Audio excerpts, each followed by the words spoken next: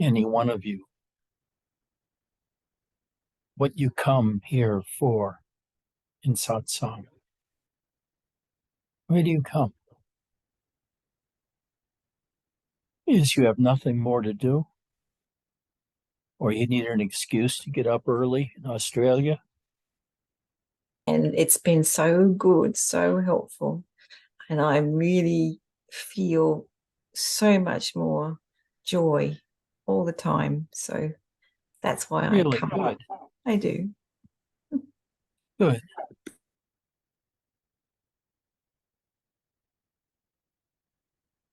You know, what I teach is entirely different way than I was taught. Completely different from anything I learned from all my other teachers. I teach spirituality isn't found by looking for it. Enlightenment isn't found by looking for it.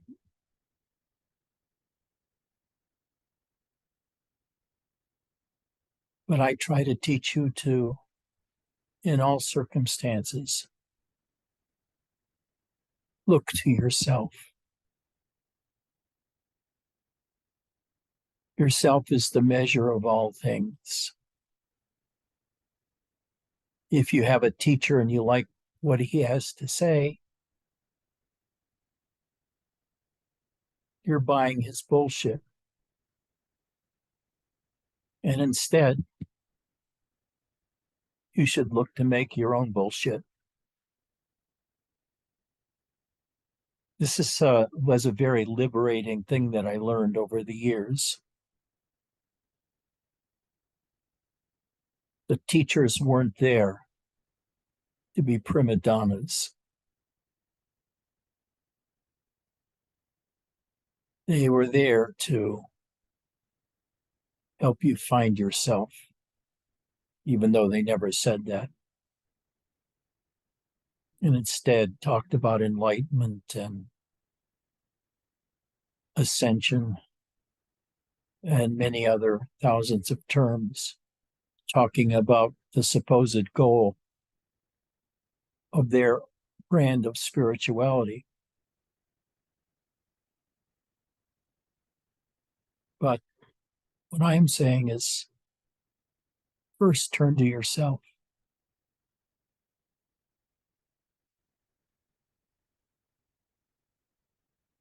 You're the number one decider in your body as to what you call truth.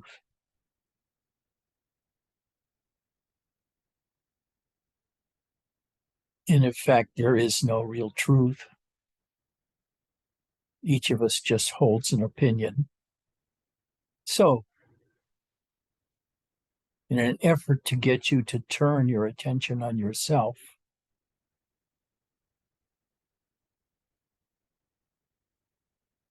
I ask you to relax and be yourself.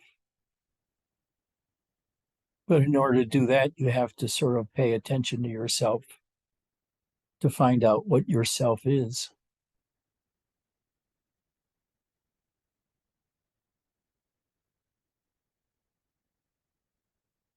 When you come here, you come with an attitude of learning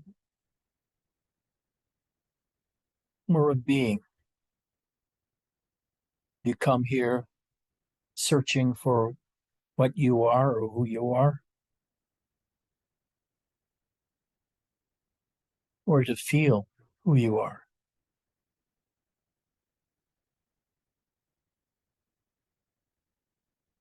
In any branch of spirituality, it's so easy to get lost in ideas and concepts and philosophies, as opposed to encouraging a direct experience of your own self. Now, when you turn your attention on yourself, it may feel strange at first,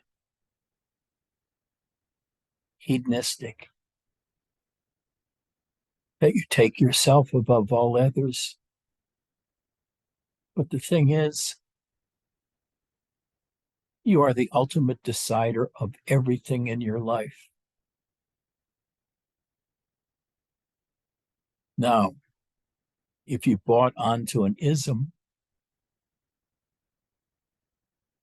like Judaism or communism or Rajneeshism,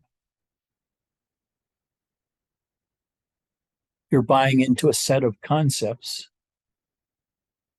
a complete set of which is offered by the teacher, but in no way will you probably want to buy their whole bundle of teachings. So I'm just saying you're free to pick and choose what you want to hear and what you want to be.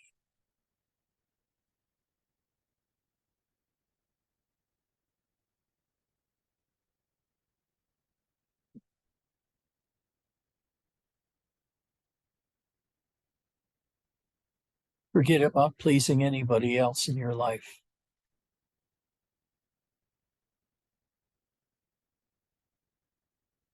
Learn how to be you and not some history of how you've behaved in the past or your tendencies, but to really be you. And by that, I mean as close as you can to your body's own wisdom, rather than wisdom taught to you about emptiness or fullness or meditation or anything like that.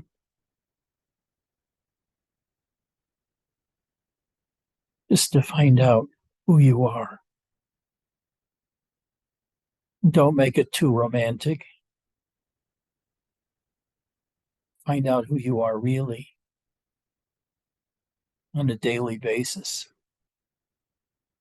with respect to others, with respect to your mind, your ideas, your hopes.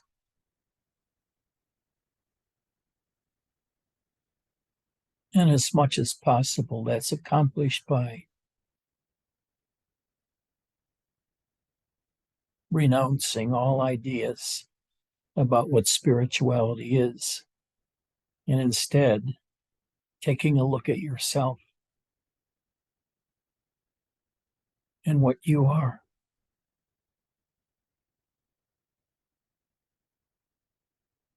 That means going through all of the training and education you've got and willfully discarding it and starting all over again. You start with an attitude of, I don't know what the fuck I am or who the fuck I am, but I'd like to find out.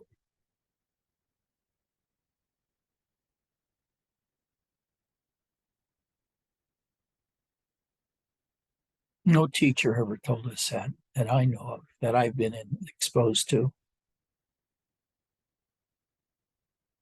Know yourself. Yeah, you hear that. Well, what does that mean? It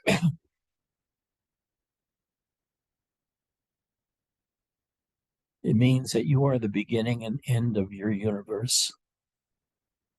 When you die, the universe dies. And what happens then doesn't matter much to you.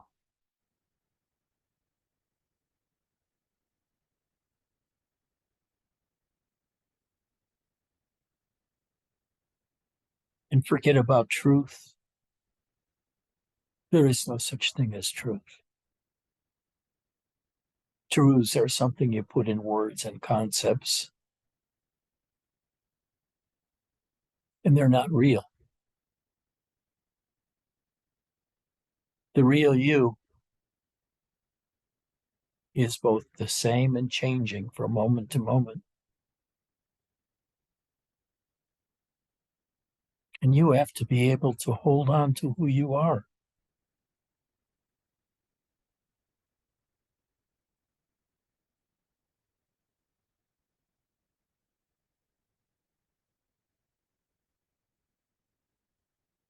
As dumb as you think you are,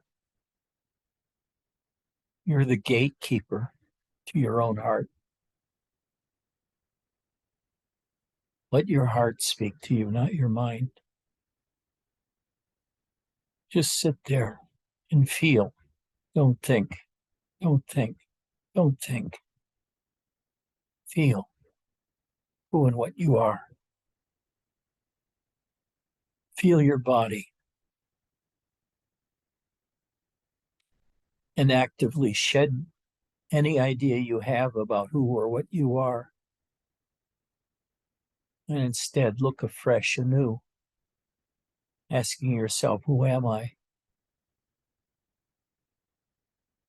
But the thing is, that is a dumb fucking practice. I did that for years and I didn't get anything out of it at all. It's when I didn't just repeat some phrase or some sentence or some truth over and over again, that instead I approached all of spirituality with a critical lens. Like, what am I looking at here? What does this give me? Does it give me anything? Is it just trying to hypnotize me into a certain worldview? Are we entering a spiritual cult here with a cult leader and cult beliefs? Or are we really trying to understand ourselves, which a lot of times involves thinking, but most of the time it involves getting rid of our past ideas of everything to be born anew, feeling stupid, stupid, stupid that you know nothing. And from that place, to adapt or adopt an attitude of watching.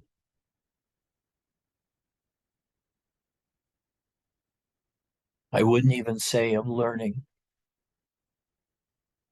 Learning how to watch without expectation is very difficult.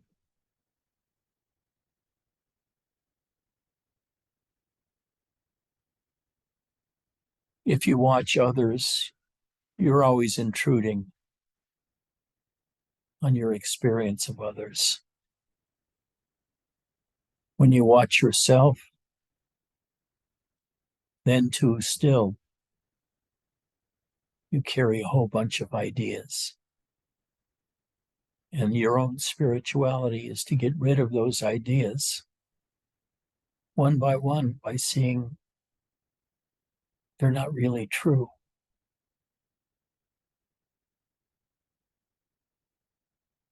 And there comes a more advanced time when you realize that whatever you say is not true.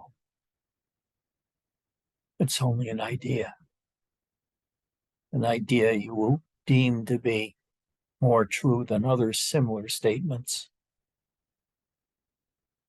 But at the basis, the way you ground yourself in yourself is to lose your mind entirely, throw it away, and just sit and watch and feel.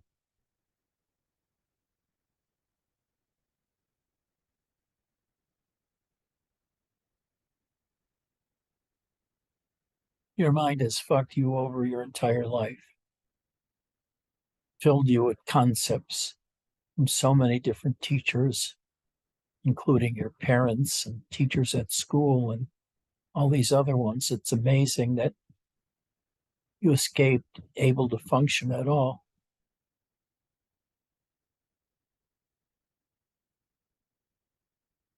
But how to function from your own truth, that's hard, especially since you have so many ideas already about what is and what should be. And it's really hard to find out what is, at least from your point of view. And that usually involves spending a lot of time in silent meditation in any way you can do it. I love waking up early in the morning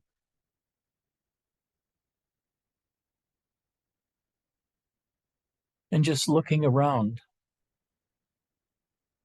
feeling around inside for my feelings, then discovering what my mind is saying, then discover what other ideas come up.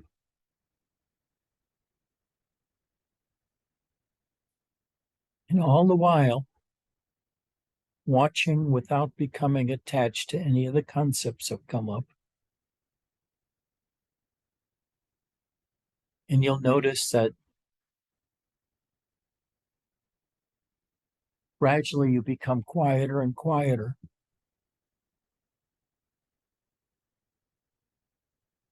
You're learning to escape from the mind, get into the feelings of your body.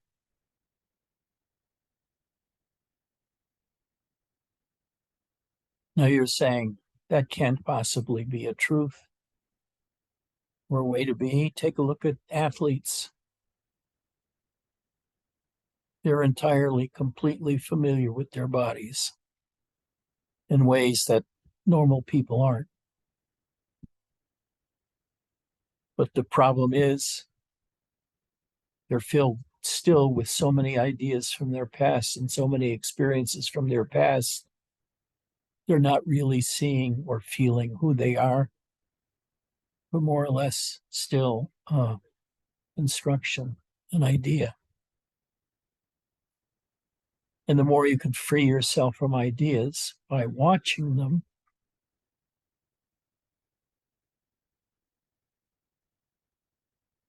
the closer every day you feel to original authenticity of yourself.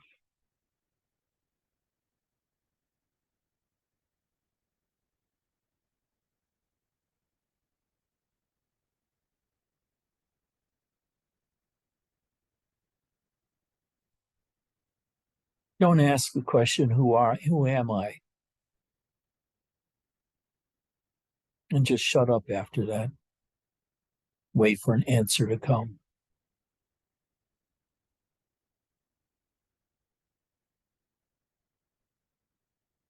Instead, look into your body,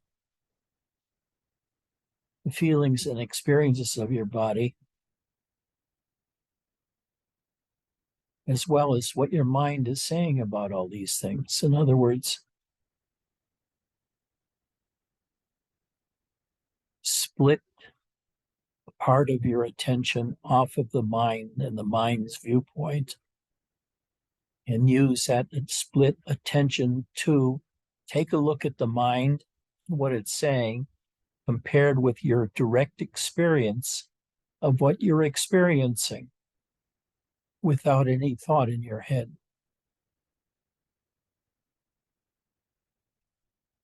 After a while,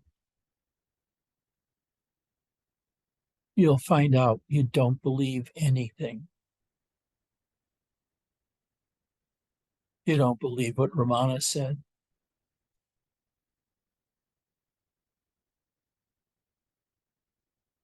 What Hitler said.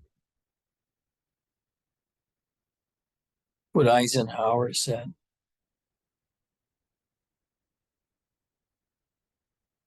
Or what the Dalai Lama says.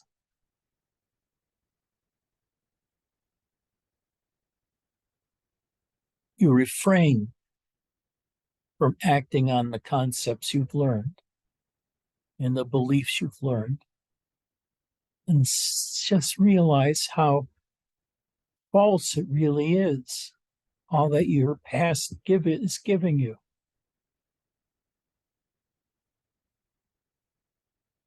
So no matter how old you are, start looking with fresh eyes at what you are.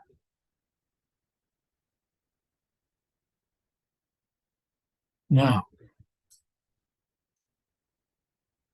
really, it's a very different world that you will experience when you escape from the common mold that society constructs for that which is considered an okay human being. There are many variants, but they're all ideas, they're all models, and usually very mixed up. They can interpose parts because now you realize you are realistically the master of your own universe. It was created when your body was born and slowly developed from that mess, developing concepts, ideas, and feelings.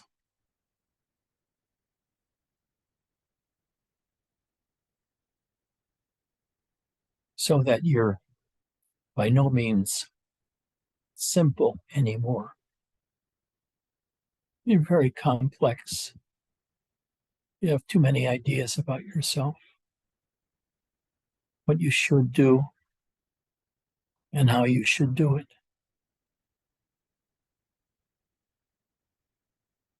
Freedom is to look away from all those concepts that you're living in now and have lived in the past, and instead move out from your mind into your body.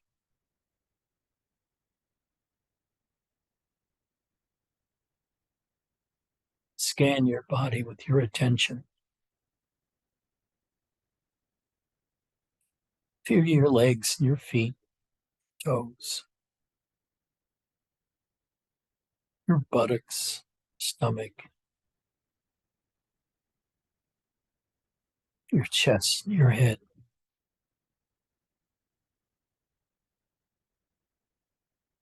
This defines your playground when you don't have any ideas of what that experience is or want to put it into words.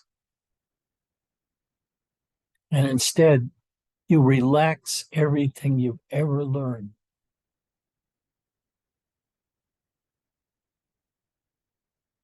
Throw it away, if you will, for a time. Get free of it.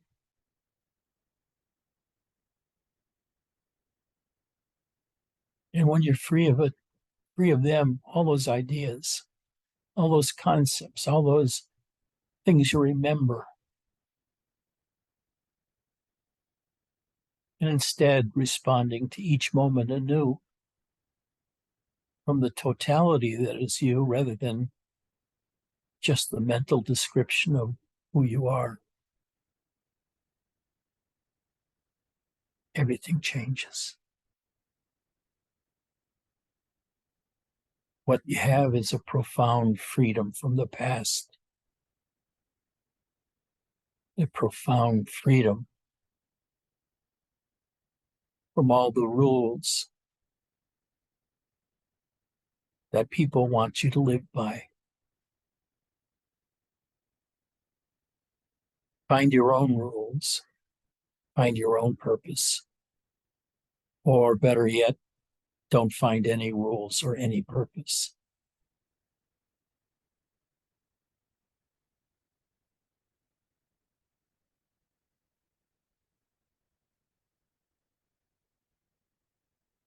I don't know what I'm seeing, but it looks like there is a bird growing out of Vesselina's head.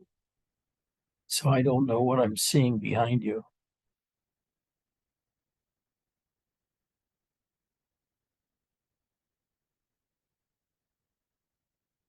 You get what I mean?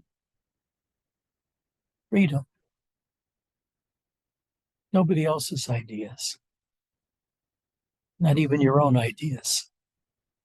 You just act directly without the intermediation of ideas.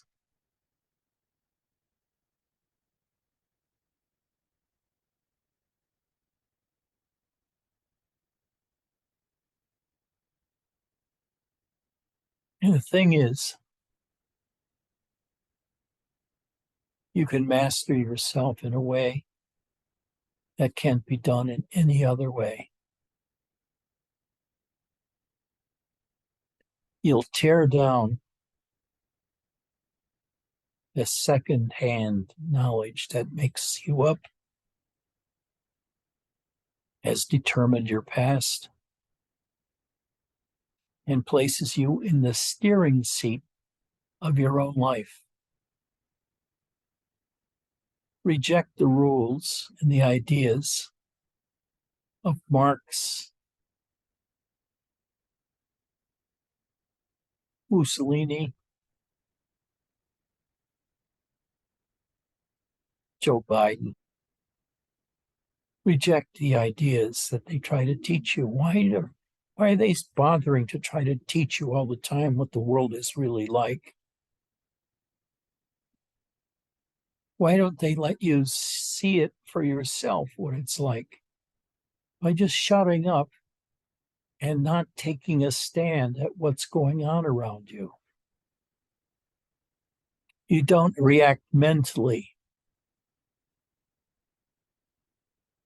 but by throwing away all ideas and all concepts, you learn to respond from your heart and from the center of your being underneath all the verbiage and all the ideas of who and what you are and what society is, etc. You sink below the bullshit and you feel at home in your own self.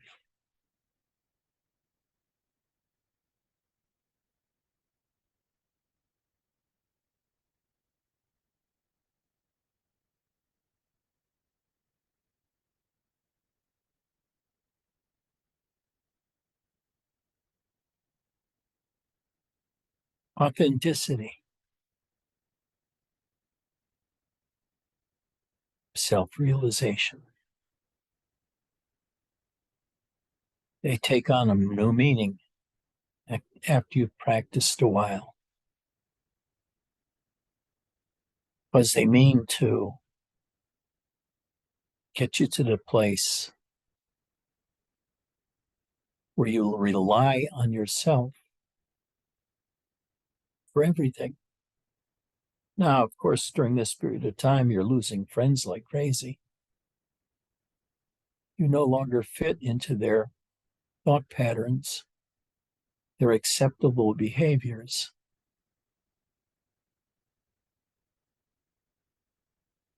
So, what you learn to do is act. You know what the boundaries of acceptable are to others. So, you act within those boundaries when you're face to face with other people and don't threaten them. But inside, you're free. If you want to, you can act as outrageously as you feel, if that's what you want to do,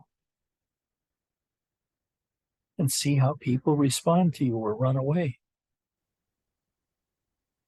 What are your own ideas of who and what you are? You're very lucky if you don't have any ideas. But there's so many ideas that you don't know which ones to pick. But what you're truly trying to do is to live not from the mind anymore, but in direct response to the universe around you, to other people, to your job, to your home, to your lover or wife or husband.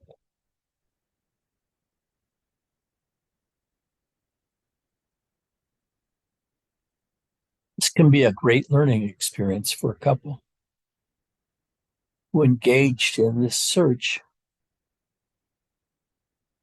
as a couple. They can learn from each other and more easily shed the bullshit inside of them when they're called upon to do that. And your partner tells you you're all fucked up and you want to respond by saying, I'm perfect, you're fucked up. And then you fight it out. And instead, you cooperate by being aware of yourself and what you're doing. You admit to the other where you are and what you're doing. And he or she does the same with you. And my God, how quickly you can get rid of the past that way, making it a mutual effort at growth.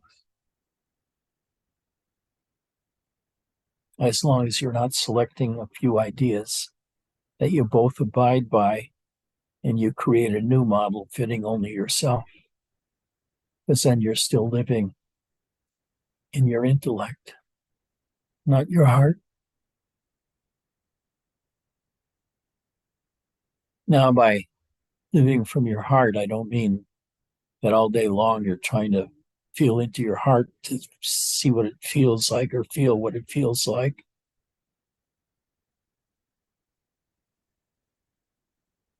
When I use it, I mean to look to yourself where you are right now. And how do you react? How do you feel in response to something somebody else says or does? So you become aware of yourself in response to the world.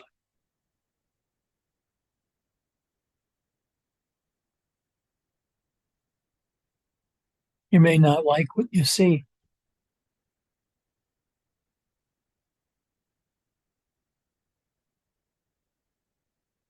You may deem yourself as being too soft and not standing up for yourself enough. And you others easily see other people as too demanding of their point of view.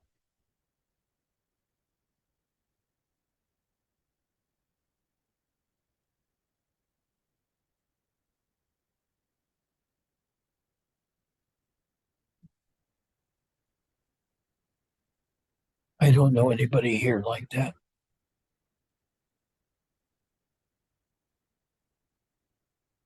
We're all pretty open to a degree, but how much of a degree you can only know for yourself. But one of the things you lose is a sense of absolute mastery. And instead, you adopt an attitude of not knowing and learning anew.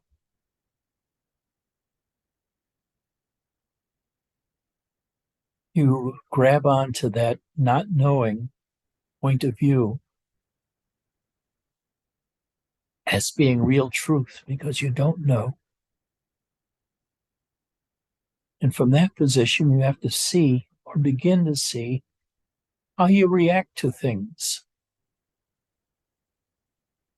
And then you begin to learn about the ideas that have formed you as a person because they come under inspection in relationships with others and to your inquiring mind.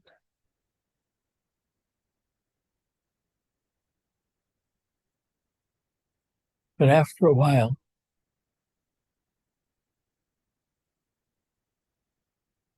you learn just to be silent.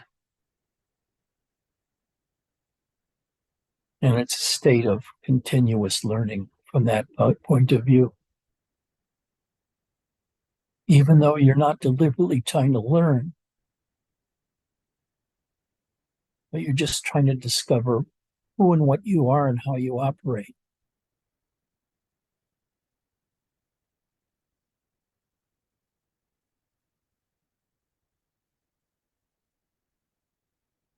This is a tough road to travel.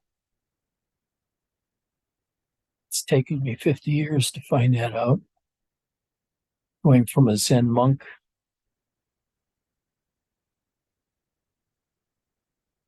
and going down a dozen different paths along the way.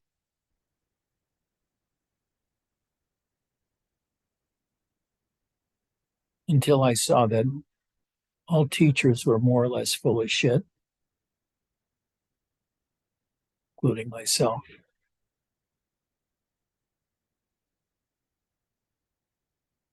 And it's best not to listen to them.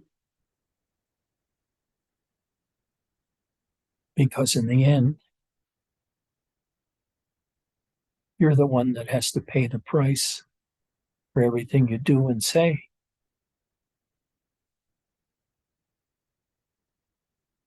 So you should be the one making those decisions, not living off past ways of being and acting.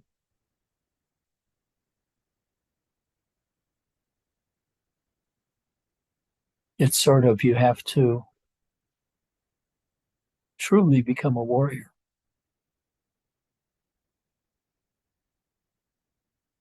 forging your own path.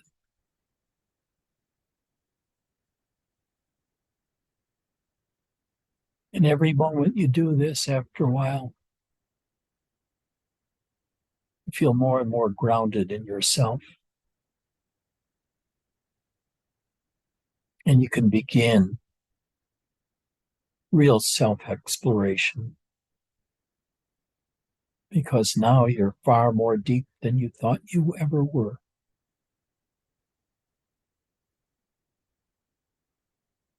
Your attention is constantly affixed into your own body and mind. You see any ideas that arise as false, as a sickness, as a lie, even those ideas that come from you.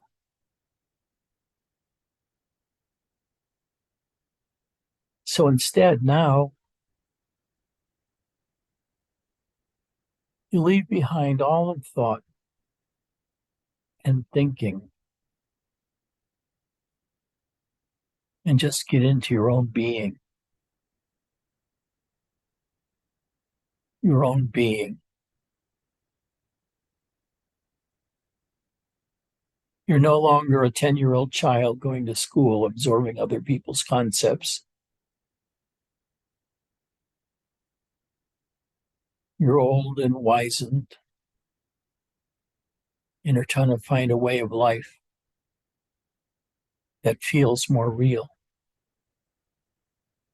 And that's where awareness of our body brings around an immediacy of living that's lacking in people that think too much. You become grounded in your own body, your own experiences, and increasingly in your own silence, where you no longer wonder about wondering. You no longer wonder about what is true. Instead, moment to moment, you're reassessing the universe from your own point of view. No more ideas about who you are. It doesn't matter if you don't know who you are in terms of being able to express it in words, because what you are is much larger than the world of words.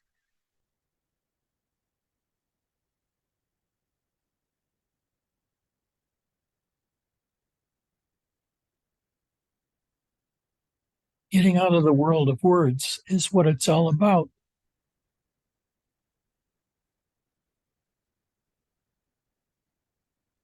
because words are universal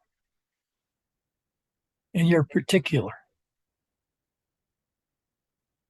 And yet you've created a world of universals around yourself based on your schooling and teachers, etc.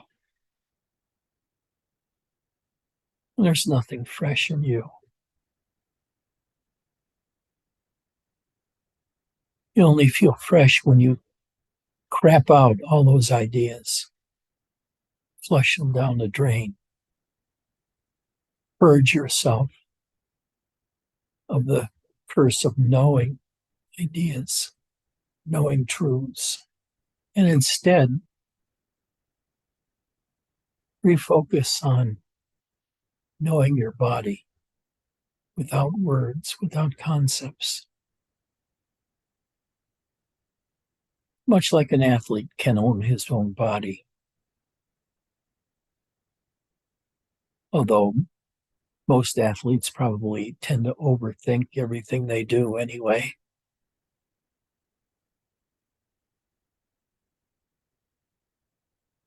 Get out of your minds. Go into the emptiness of your body and of experience without excitement or ideas or meaning or endless purposes. Relax into purposelessness. Relax into silence. Relax into truly being yourself, which is that cognitive ability to become aware of what's going on in your body and your mind.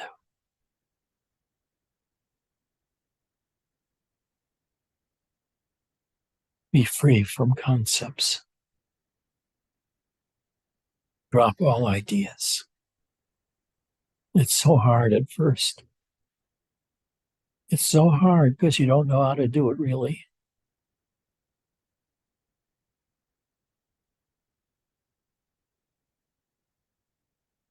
You have to have an attitude of, I'm not buying that. Prove it.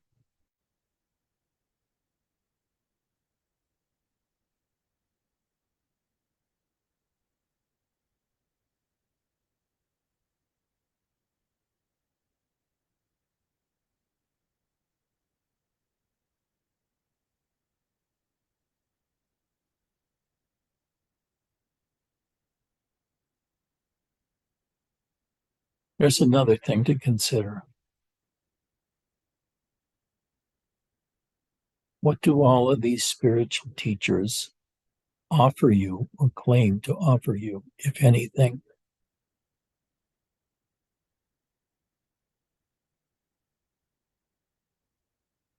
If they're a member of a progression of teachers and they're the latest iteration,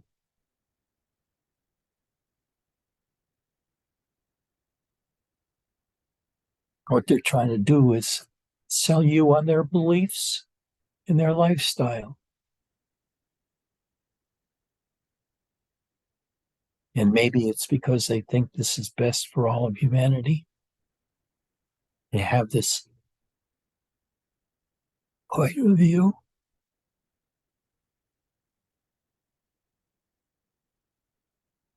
But I notice that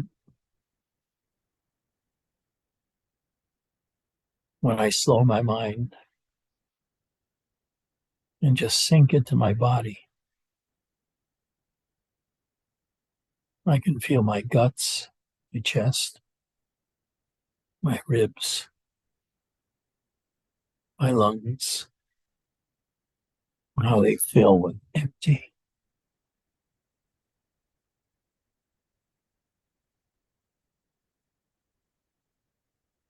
And gradually, I just sink into the nothingness of these disconnected experiences within my body. And they become a whole in a way. You'd be surprised how differently different parts of your body feel and express themselves.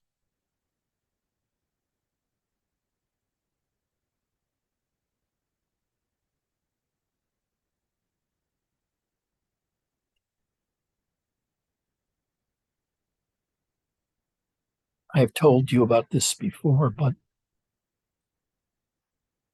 at Mount Baldy, we sat in the Zendo in meditation.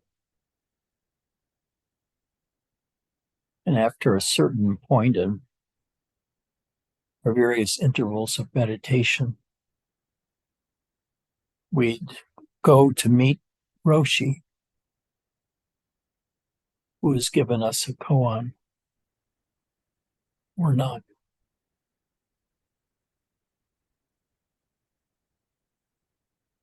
and meet him face to face at his own cabin, a little distance from where the waiting room for the meeting was.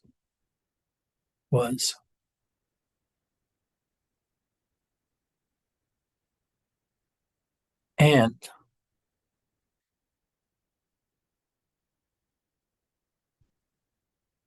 as each person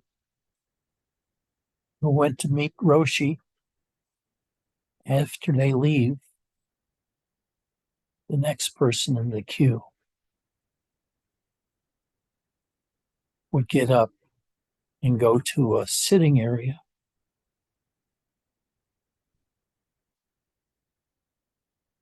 with a block of wood in front of them or a bell.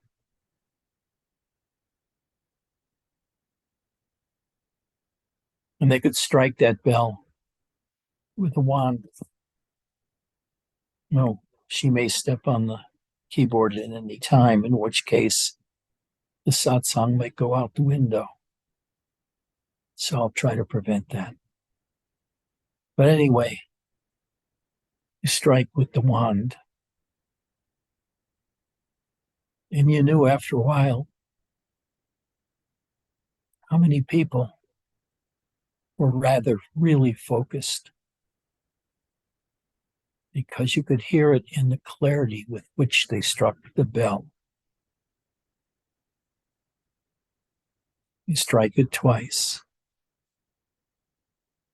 You strike each with the same angle and the same strength, so that the sounds come out identical each time, and with a cadence that sounds just right to fit that occasion. The more centered the person is, the more beautiful and perfect the sound that they produce seems.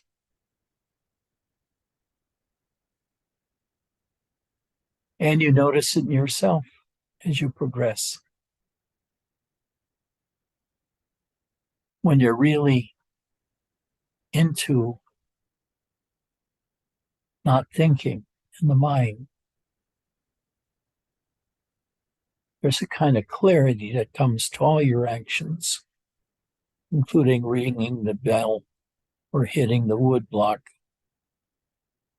or sanzen, where you go to speak to the teacher. Clack, clack, not clack, clack, clack, clack. It'd be two identical sounds, perfectly separated in time for what the moment brings. So become self-aware of your body. Become self-aware of all the feelings that emanate from your body and inside your body.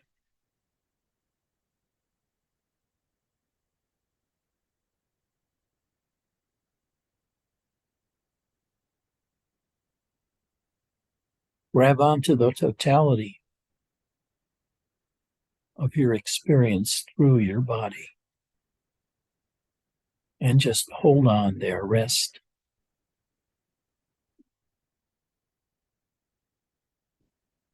And when you can do this, you more or less turned your world upside down. Because from this point forward, you're number one in your own life. You make the decisions.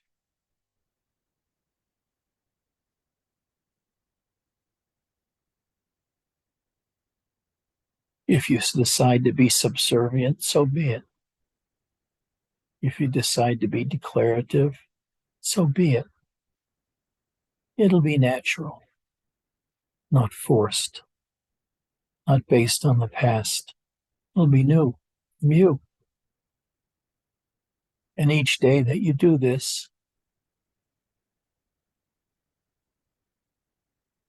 you become more authentic to your true self. And by true self, I don't mean something mystical. I mean how your body feels to you and how your mind feels to you.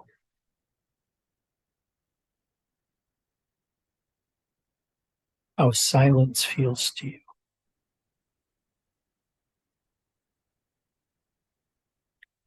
And you'll find out you're no longer interested in understanding,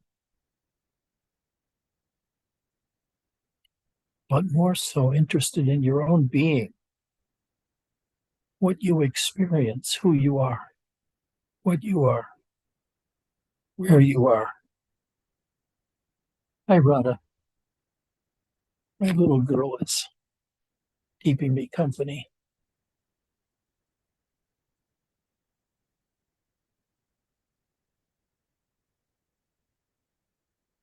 She came here and sat on my arm, which feels so nice. To have a cat sit on your arm. Other cats sit on my face, and that's a very interesting experience. I really sort of enjoy it, except when the hair gets too much.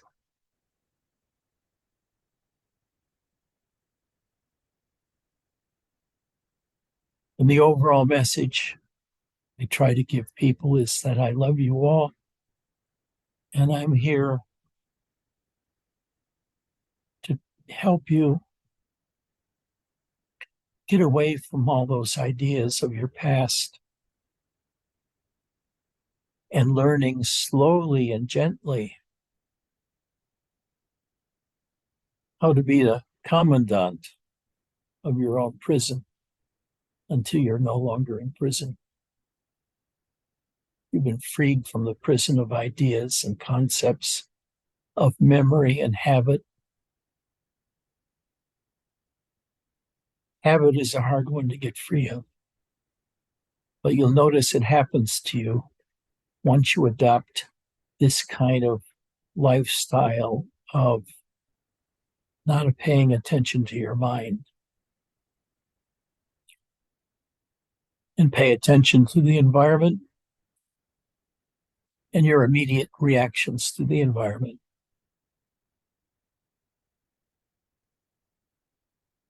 You can only do that a certain number of hours of the day, though, at first, because it's a completely new reorientation of your attention. But after a while, it becomes second nature. And you could really spend 2 or 3 days doing nothing and find it very, very enjoyable because you've got the constant entertainment of what arises in you, your feelings, body sensations, cats that come and sit on your arm or your head, puppies that lick you, whatever.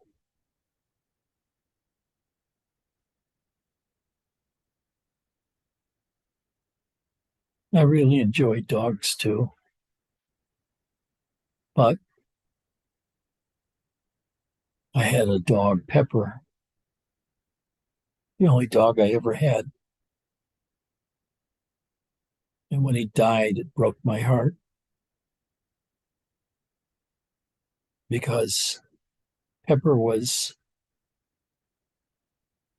more powerful personality than all the cats in our house.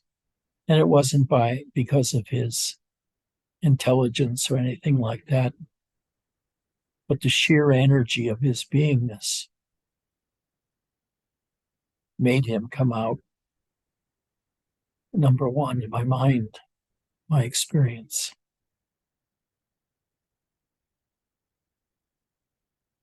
But I've never been able to have a dog since then.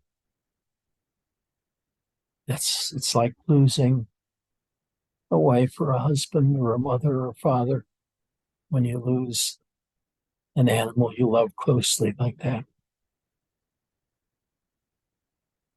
Yeah, anyway. Does anybody have any questions or want to leave a rant of some sort?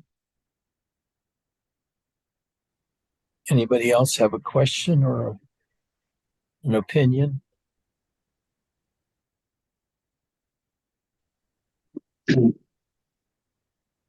Hey Ed, Yes. um, I just want to say thank you from the bottom of my heart. I'm not as eloquent as Jay in my devotion, but I I feel similarly to him as he always expresses his heart very well. And so grateful to be here with you and everybody. And I really hope that you post today's Satsang on Facebook. I think it was excellent, and I'd love to revisit it again. Let Thank me you. see if I recorded that. Yeah, I did record that. I just want to thank you, Adam. My whatever my eloquence might seem to be, I don't know how efficacious it is.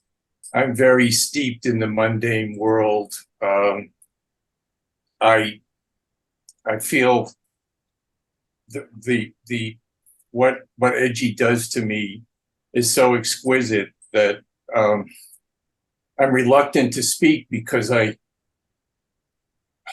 feel that the the the abiding grace that he instills, I just have to stay with and get down with and be down with and just go dumb as a rock and live it and love it. And if that were my message, that would be sufficient because he just simply blows me away. And there's a perfection and a grace. I I just there are no words. Just simply his gift and his love for me and for us and my love for the Sangha are just the things that I take away in joy and bliss from every single satsang. And I love you, Edgy, Adam, and everyone here. This is a treasure and grace and bliss and joy, and as close as I can get to it now, and I'll stay on this trip as long and as many laps as I have to take to get it done. I love you all. I love you too, Jay. Thank you, The Edgy. devotion is beautiful. How many have dogs here? Good. Sometime I'll have you talk about them one by one, about your dog or dogs, what they mean to you. And that will give other people that don't have them some idea what could be gained by having a pet. Of course, I had pets all my life, and it wasn't until a few years ago that I realized how absolutely unequivocally important they are for one's own maturation and happiness. They're really, really one of the keys to your happiness. is having a dog or a cat or a kangaroo or whatever. That's your best bud, and who you share a lot of silence with, as well as talking to others about how wonderful that is to you, and what he does to your heart every time he looks at you or she looks at you.